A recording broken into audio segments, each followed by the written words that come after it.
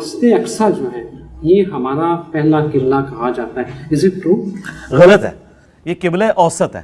ہمارا پہلا قبلہ جو ہے وہ قرآن میں تو لکھا ہے کہ پہلا گھر سورہ ال عمران میں جو لوگوں کی عبادت کے لیے مقرر کیا گیا وہ بیت اللہ ہے جو بکہ کے اندر ہے. یہ بکہ اور مکہ دونوں ایک ہی پروننسیشن ہے. بکہ کا لفظ تورات میں موجود ہے. عرب کے لوگ بھی اسے بکہ سے جانتے تھے, مکہ اور بکہ, جس طرح آپ کے پڑوسی ملک میں بامبے بھی ہے, ممبئی بھی ہے, میم اور با دونوں کے ساتھ. تو یہ بکہ کے اندر ہے. یہ پہلا گھر یہی تھا. اس کے بعد کچھ عرصہ کے لیے بنی اسرائیل کے لیے بیت المقدس کو مقرر کیا گیا, اور نبی علیہ السلام نے 17 مہینے اس طرف منہ کر کے نماز پڑھی جب مدینہ شریف کے.